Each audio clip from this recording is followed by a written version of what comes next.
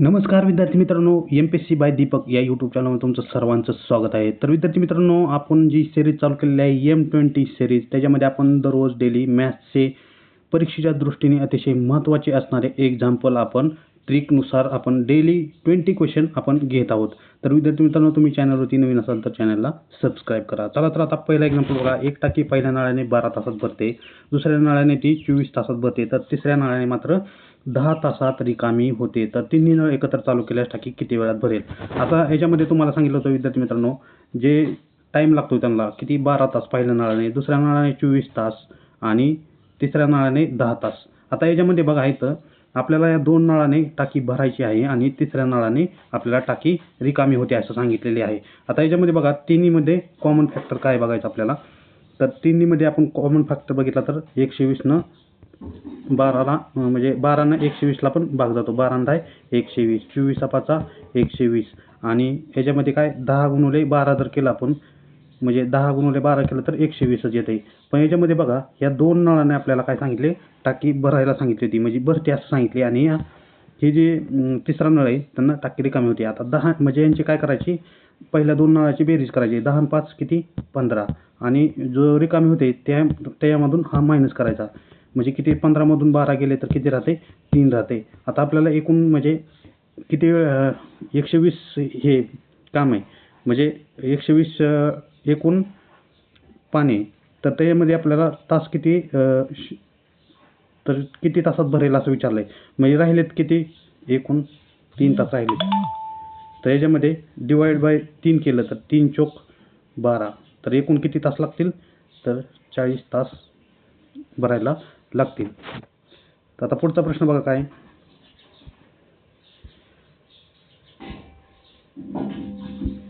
पहिल्या नळाने एक टाकी 10 तासात पूर्णपणे भरते, दुसऱ्या नळाने 15 तासात भरते, तिसऱ्या नळाने मात्र ती 18 तासात रिकामी होते. आता हे मागच्याच एक्झाम्पलचा टाईप आहे. पहिल्यांदा आपण काय करतो 10, 15 आणि 18 ह्याच्यामध्ये पहिल्या दोन नळाने काय टाकी भरते आणि ह्याच्या तिसऱ्या नळाने रिकामी होते. आता याच्यामध्ये आपल्याला कॉमन फॅक्टर म्हणजे कॉमन ह्या तिन्हीमधले संख्या घ्यायची आहे किंवा तुम्ही जर तुम्हाला कॉमन संख्या माहीत नसली म्हणजे येत नसली तर तुम्ही काय डायरेक्ट लसावी घेऊन कॉमन संख्या काढू शकताय. आता याच्यामध्ये बघा 90 ही कॉमन संख्या ह्याच्यात. 10 9 90, 15 सख 90, 18 पंच 90. आता याच्यामध्ये आपल्याला या दोन नळाने भरते आणि ह्या तिसऱ्या नळाने रिकामी होते म्हणजे 9 आणि 6 किती 9 आणि 6 होते 15. 15 मधून हे खालच्या तिसऱ्या नळाने किती वेळ लागलाय 5 म्हणजे 15 मधून 5 गेले तर राहतात किती 10. आता एकूण किती 90 आहे. मग 90 डिवायडेड बाय 10 करायचं म्हणजे 10 1 10, 10 9 90 म्हणजे एकूण किती तास लागले तर 9 तास. आहे का ऑप्शनमध्ये 9 तास तर आहे. ऑप्शन क्रमांक 1 हे आपलं बरोबर आन्सर असणार आहे. आता पुढचा प्रश्न बघा. एका पाण्याच्या टाकीस 3 नळ असून पहिल्या दोन नळांनी टाकी अनुक्रमे 12-15 तास पूर्णपणे भरते व तिसऱ्या नळाने 6 तासात रिकामी होते. तर तिन्ही नळ एकदा सुरू केले तर टाकी किती वेळात रिकामी होईल असं आपल्याला विचारलेले. आता सुरुवातीला काय घ्यायचं आपल्याला 12, 15 आणि 6 यांच्यामधला हे 15 आहे. ह्यांच्यामधला कॉमन फॅक्टर म्हणजे कॉमन संख्या घ्यायची. किती कॉमन संख्या घेतली तर आपण 60 घेऊ शकतो. 12 पंच 60, 15 चोक 60, 6 10 60 बरोबर. आता याच्यामध्ये बघा हे काय 12 पंच हे 5 आहे आणि हे 4 आहे. 5 आणि 4 9 आणि हे 10. हे 5 आणि 4 9 आणि 9 मधून 10 गेले तर किती राहते -1 राहते. आता याच्यामध्ये काय आपल्याला रिकामी होईल म्हणले म्हणजे मायनस जर चिन्ह आलं तर काय टाकी रिकामी होत असते बरोबर आहे. तर याच्यामध्ये आपण 60ला -1 न डिवाइड केलं तर किती येणार आहे तर -60 म्हणजे 60 तास.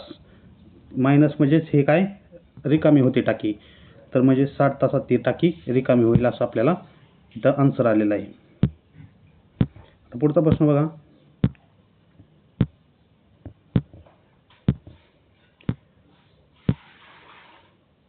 आता हे वरचं एक्झाम्पल पुढच्याच टाईपचं आहे म्हणजे त्याच टाईपचं आहे.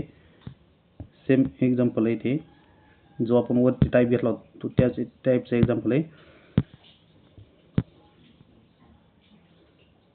आता याच्यामध्ये बघा सेम एक्झाम्पल त्या टाईपचे म्हणजे ह्या टाईपचे एक्झाम्पल आले तर परत तुमचे चुकायला नको. याच्यामध्ये 20 व 40 20-40 मध्ये भरते पहिल्याने दुसरं ए आणि बी ने आणि तिसऱ्या पूर्णपणे भरलेली टाकी काय काय तिसऱ्या नळाने ती 30 तासात रिकामी होते. आता याच्यामध्ये कॉमन जर फॅक्टर 120 आहे बरोबर. या तिन्हीमध्ये कॉमन काय 120. तर यांना बघा 120 भागिले 20 जर केलं आपण तर किती 6. 20 गुणिले 6 120 येत आहे. 40 त्रिक 120 आणि 30 चोक 120. आता या दोन नळाने टाकी भरते म्हणजे 6 आणि 3 9 आणि याच्यामध्ये खाली काय रिकामी होते वजा 4 करायचं. 9 मधून 4 गेले 5 राहतात बरोबर.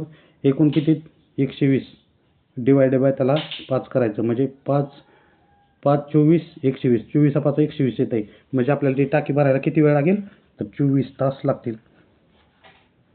24 तास ती टाकी भरण्यासाठी आपल्याला लागतील. आता पुढचा प्रश्न बघा.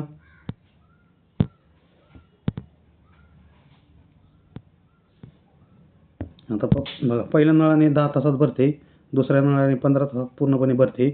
तिसऱ्या नळाने किती 9 तासात रिकामी होते. आता याच्यामध्ये आपण 90 कॉमन संख्या घेऊ शकतो. 10 9 90 15 सक्क 90 9 10 90. 9 आणि 6 किती 15 होत आहे. त्यामधून 10 मायनस केले तर 5 राहत आहे. मग 90 भागिले 5 जर केलं तर आपलं आन्सर काय येतं 18 पंच 90 म्हणजे 18 आपला आन्सर येणार आहे. किती वेळात भरेल तर 18 तासात आपली ती टाकी भरेल. पुढचं बघा. समान व्यासाच्या 6 नळांनी एक पाण्याची टाकी 5 तासात भरते. जर त्यापैकी फक्त 3 नळ चालू ठेवले तर टाकी किती वेळात भरेल. आता एकूण नळ किती आहेत 6 बरोबर. किती तासात भरते 6 नळांनी 5 तासात आणि डिवायडेड बाय खाली करायचं. जर यापैकी फक्त 3 नळ चालू ठेवले तर आपल्याला टाकी किती वेळात भरेल असं विचारलेलं आहे बरोबर. हे क्वेश्चन मार्क आहे. आता याच्यामध्ये बघा 3 1 3 3 2 6 आणि 5 गुणिले 2 किती येते 10. म्हणजे किती वेळात भरेल ती टाकी तर 10 तासात ती टाकी भरेल. आता पुढचा प्रश्न बघा. 4 नळांनी एक पाण्याची टाकी 60 मिनिटात भरते. त्यापैकी 3 नळ चालू ठेवले तर टाकी किती वेळात भरेल असं आपल्याला विचारलेलं आहे. 4 नळांनी किती 4 नळांनी 60 तासात बरोबर. 4 गुणिले 60 करायचं आणि डिवायडेड बाय खाली करायचं 3.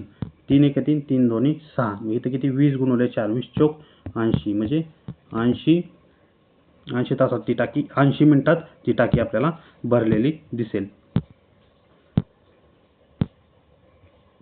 इथं पण बघा 3 नळांनी 45 मिनिटात भरते आणि 5 नळांनी एक वेळ चालू केले तर ती किती वेळात रिकामी होईल.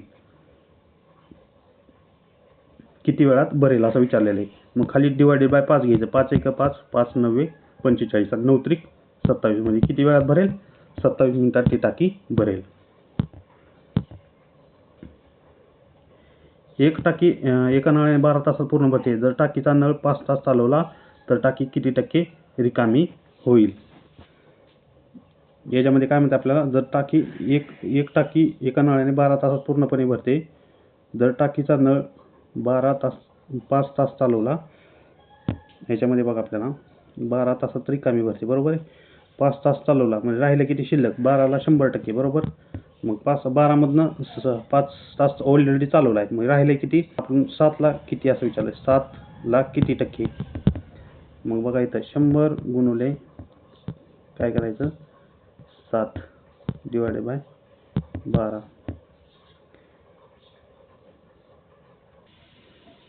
ह्याच्यामध्ये बघा आपण काय करू शकतो तर 12ला 100 आहे बरोबर आहे. ह्याच्यामध्ये डायरेक्ट 12 आणि 100चा आपण गुणाकार करू शकतो आणि 12 तासात पूर्णपणे भरते पण 5 तास चालवली तर ह्याच्यामध्ये डिवायडेड बाय काय करायचं 12 वजा 5 म्हणजे किती डिवाइडला 7 करायचं. आता 1200 भागिले 7 जर केलं आपण किती येतं बघा 7 1 7 5 35 किती येते 1200 भागिले 7 केलं जर आपण 7 1 7 बरोबर राहते किती 5 7 7 49 नाही तर 1200 भागिले 7 केलं 7 1 7 3 राहील 7 चोक 28. ह्याच्यामध्ये आपण डबल हे करू. ह्याच्यामध्ये काय 12 तासात पूर्णपणे भरते म्हणजे 12ला 100% बरोबर. तर 5 तास चालवला नळ 5 तास चालवला 12 तास राहिला किती 7 तास बरोबर. आता 7ला 100ने डिवाईड केलं तर बघा किती येते. 7 एक 7 राहिले 3 7 चौक 28 पॉईंट 7 दोन्ही 7 एक 7 7 दोन्ही 14 म्हणजे 14.12. 14.12ला तर 12ने गुणले तर किती येते. 12 दोन्ही 24ला 4 हातचे आले 2 12 एक 12 2 14ला 4 हातचे आले 12 चौक 48 आणि 49ला 9 हातचे आले किती 4 12 एक 12 आणि 4 16 म्हणजे किती येते 58 पॉईंट समथिंग किंवा ह्याच्यामध्ये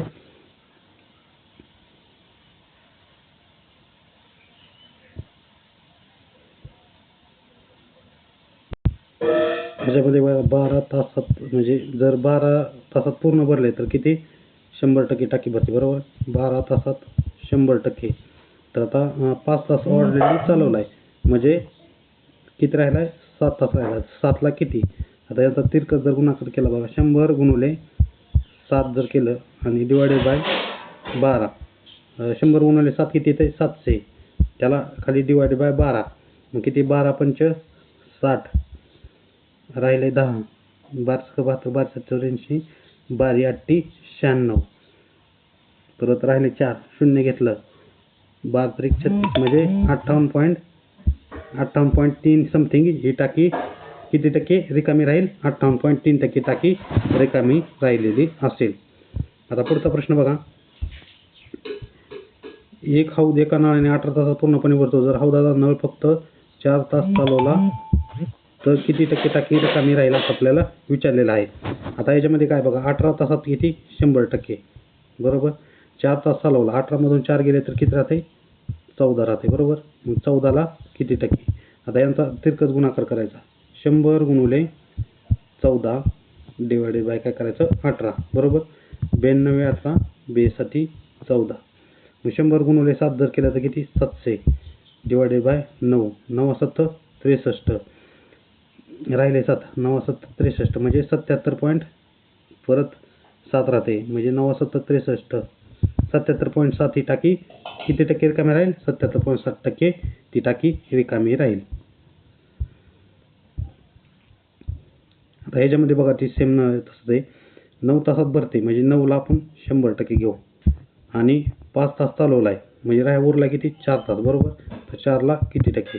आता याचा तिरकस गुणाकार केला तर 4 गुणुले 100 किती येते 400 आणि खाली डिवायडमध्ये 9 करायचं किती 9 चौक 36 राहिले 4 9 चौक 36 परत 4 राहिले म्हणजे 44.44% आपली टाकी किती टक्के टाकी रिकामी राहील 44.44%. ऑप्शन क्रमांक 4 आपला आन्सर असणार आहे.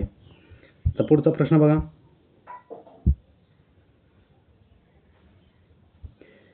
काय एक टाकी पहिल्या नळाने 6 तासात पूर्णपणे भरते. 30 टाकी दुसऱ्या नळाने 15 तासात पूर्णपणे भरते. पहिल्या नळाने किती तास 6 तासात भरते दुसऱ्या नळाने 15 तासात भरते. ह्याच्यामध्ये कॉमन काय 30 घेऊ शकतो कॉमन आपण 6 पंच 30 आणि 15 दोन्ही 30 इथं 5 आहे हे 5. आता याच्यामध्ये पुढं बघा जर पहिला नळ फक्त 2 तास चालवला तर शिल्लक टाकी भरण्यासाठी दुसऱ्या नळाला किती तास लागतील.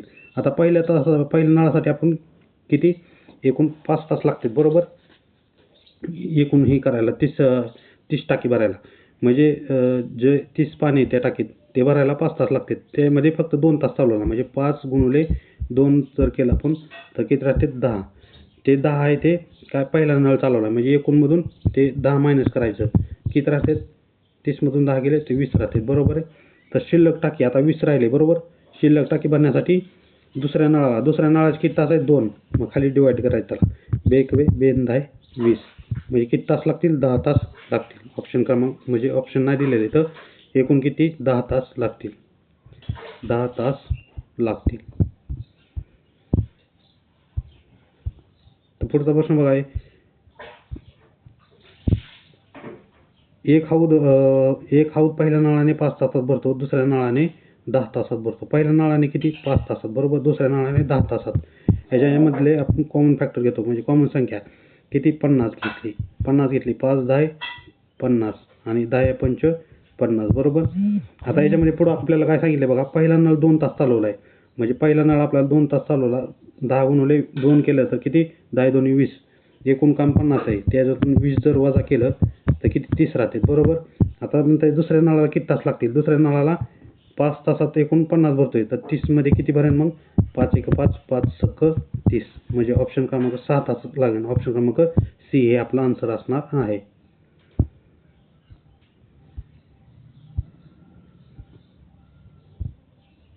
हे पण बघा एक्झाम्पल काही, पहिल्या नळाने 12 तास, दुसऱ्या नळाने 8 तासात बरोबर.